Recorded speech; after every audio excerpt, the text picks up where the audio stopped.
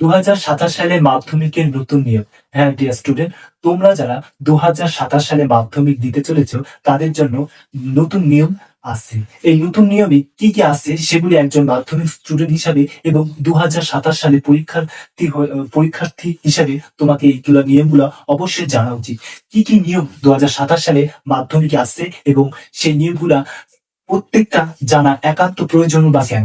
কারণ একটা পয়েন্ট তুমি যদি ভুল করো, হয়তো মাধ্যমিকে ফেল হয়ে যেতে পারো বা পরীক্ষায় বসতে পারলে না, বা কোনো একটা হয়তো বিরাট বড় কিছু ঘটার সম্ভাবনা থাকে। তাই সেই ঘটনা থেকে হাত থেকে বাঁচা এবং মাধ্যমিকে সচেতন ভাবে প্রিপারেশন নেওয়া, সবকিছু ঠিকঠাক ভাবে হওয়ার জন্য এই ভিডিওটা তোমার জন্য একান্ত প্রয়োজন। দেখো, মাধ্যমিকে তো যারা স্টুডেন্ট আছো তাদের জন্য যে করা যে নির্দেশগুলো আসছে সেগুলির মধ্যে প্রথম হচ্ছে সময় মেনটেন। তোমাদের পরীক্ষার যে নিয়ম আসছে সেটা হচ্ছে সময়ের পরিবর্তনগুলি আসছে। যেমন তোমাদের সঠিক সময়ে পরীক্ষা কেন্দ্রে পৌঁছাতে হবে। তোমাদের 10:45 থেকে অবশ্যই তোমাদের সে হলে পৌঁছে যেতে হবে এবং তখন থেকেই তোমাদের পরীক্ষা শুরু হয়ে যাবে এবং 15 মিনিট প্রশ্ন পড়া, তারপরে তোমাদের 11টা থেকে লিখতে দেওয়া হবে। এই নিয়মটা একান্ত ভাবে জানিয়ে দিয়েছে, কোনো নিয়মের গড়পড় এখানে হচ্ছে না। দ্বিতীয় হচ্ছে কি, পরীক্ষা হলের সিসিটিভি ফুটেজ এবং কড়া নজরদারি। প্রতি বছর বিভিন্ন কারণে তোমাদের পরীক্ষার প্রশ্নপত্র লিক হয়ে যাওয়া এবং গাইডের অভাবে টেকনোলজি ব্যবহার করে পরীক্ষা দেওয়া, এরকম দুর্নীতি ভাবে পাশ করে যাওয়া এখন আর হবে না। সেইটাকে রুখতে কড়া নজরদারি এবং প্রত্যেকটি পরীক্ষা কেন্দ্রে প্রতিটি স্কুলে যেসব সেন্টার পরীক্ষা হবে সেগুলোতে সিসিটিভি ফুটেজের আওতায় আনা হবে। এটা নতুন নিয়মে অবশ্যই, যে হয়তো এখন হয়তো চালু হয়ে গেছে কিন্তু যেগুলো হয়নি, অনেক জায়গায় অনেক স্কুলে থাকে না, সেগুলি অবশ্যই বাধ্যতা করা হয়েছে।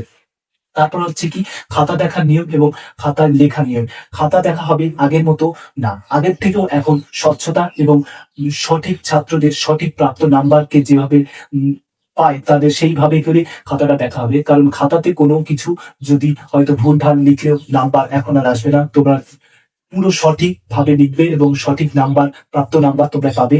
যদি কোনো নাম্বারে 5 নম্বরের উত্তর দাও, তো 5 নম্বরের উত্তর যদি সঠিক হয় তোমরা 5-এ 5 পাবে। হয়তো সেখানে 2 বা 3 দিয়ে ছেড়ে দেওয়া হবে না। যদি 5 নম্বরের উত্তর যদি সঠিক হয়, সেই উত্তরটা পরিপূর্ণ লেখা হলে অবশ্যই তোমরা 5-এ 5 পাবে। এরকম স্বচ্ছতা আনা হচ্ছে মাধ্যমিকে।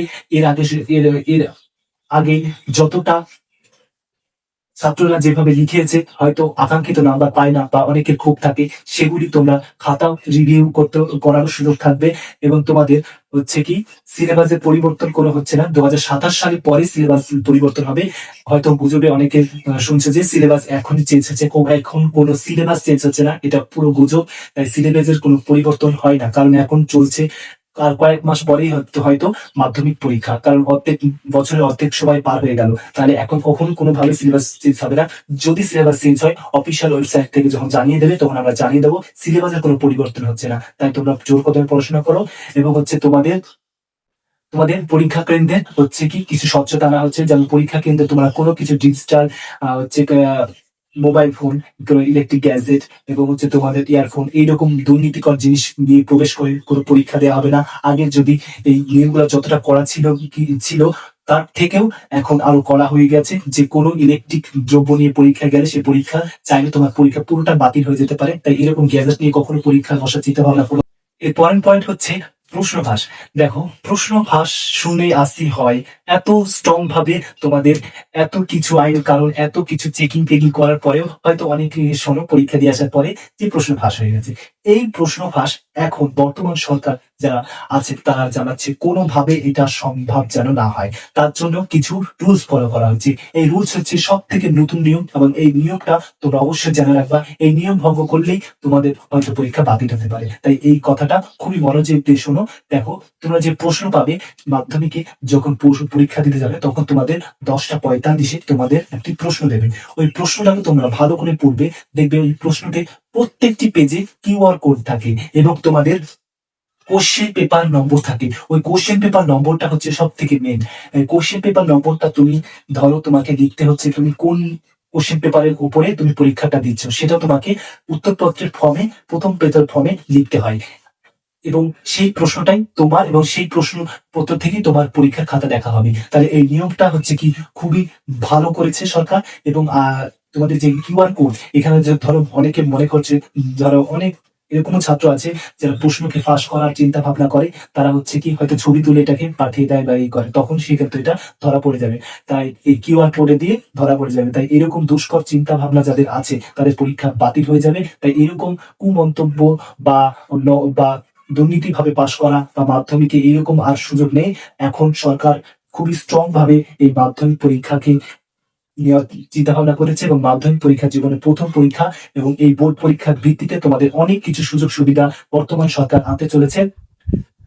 তাই তোমরা অবশ্যই এই মাধ্যমিকটাকে খুবই ভালোভাবে এবং স্বচ্ছতার সাথে দেওয়ার চেষ্টা করো এবং এবং হচ্ছে তোমার প্রিপারেশনকে জোর কদমে রাখো। কারণ তোমার যে পরিবর্তন আসুক, যাই গুজবে বলুক না কেন, সে কান না দিয়ে তোমার প্রিপারেশন যদি 100% থাকে, তাহলে দেখবে তুমি ভালো স্কোর করতে পারছো। কারণ বইয়ের বাইরে থেকে কোনো প্রশ্ন দেবে না, কারণ তোমাদের যে কটা প্রশ্ন থাকবে সব বইয়ের ভিতর থেকে। তাই বইটাকে সম্পূর্ণ ভালোভাবে পড়লে তোমাদের এই নিয়ম পরিবর্তন হওয়াতে বা এটা পরিবর্তন হওয়াতে ওটা গুজবে আসছে এরকম কোনো কিছু তোমার পরীক্ষার নাম্বারে প্রভাব পড়বে না। তাই পড়াশোনাকে জোর কদম রাখো এবং তোমাদের প্রত্যেকটা বিষয় সাজেশন আমাদের চ্যানেল দেওয়া আছে, সেগুলো দেখবে এবং প্রত্যেকটা বিষয়কে A to Z, যেমন MCQ, ACQ, 5 মার্কের এইভাবে করে দেওয়া আছে। তাই এগুলো দেখবে এবং মাধ্যমিক প্রিপারেশন জোর কদমে নাও এবং একটা লাইক করবে এবং তোমাদের যে কোনো প্রশ্নের জন্য কমেন্ট করে জানাবে এবং একটা সাবস্ক্রাইব করে পাশে থাকবে। মাধ্যমিকের জন্য অল দ্য বেস্ট।